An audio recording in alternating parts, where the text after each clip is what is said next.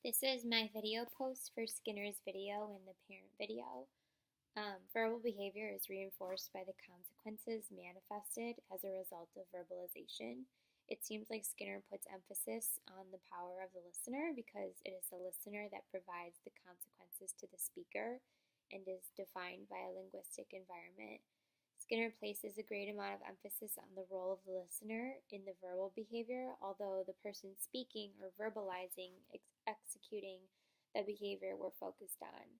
And this behavior wouldn't exist if it weren't for an audience to provide some sort of consequence. I just think, if there was only one person in the world with no other people or animals to interact with, would there be any purpose to language? I personally don't think so because no amount of gestural or vocal or written language would result in any consequence being brought about by the audience. Um, the effectiveness and rationale behind the PEC system as an incentive for communication is framed in a behavioral light by this video. The process behind PECs is to have a student request an item using picture symbols and then in return receive a positive consequence for this behavior from the listener. The system seeks to place value on communication to the individual learning how to communicate through symbols by providing immediate positive consequences to the person communicating.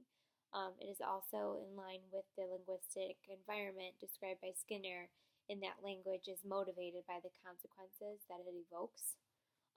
Skinner also mentioned the value of immediate reinforcement in order to encourage desired behavior in an individual.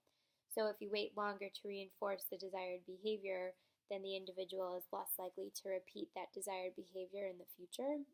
And whenever I'm using a behavior plan with a student with autism, I find that it's most effective when the positive reinforcement is provided immediately. When this is done, the student knows that if they engage in the desired behavior, that they will be reinforced. I thought that the parent video was very interesting.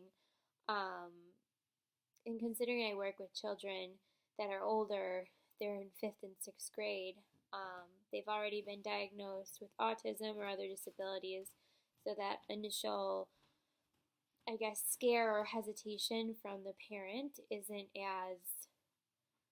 it's not as much, because by the time I get the students, the parents are not as shocked or scared of learning that their child has a disability. What really stood out to me was when the parent came in to watch her child and saw her child have behaviors. I thought this was so important because from my experience, I think sometimes parents don't realize what kinds of behaviors their child's doing at school or what those behaviors look like.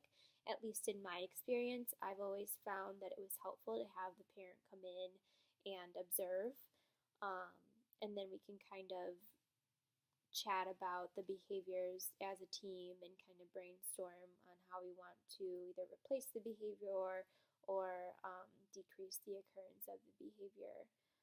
Um, I also thought it was important that the video mentioned to be aware of the tone you use with parents.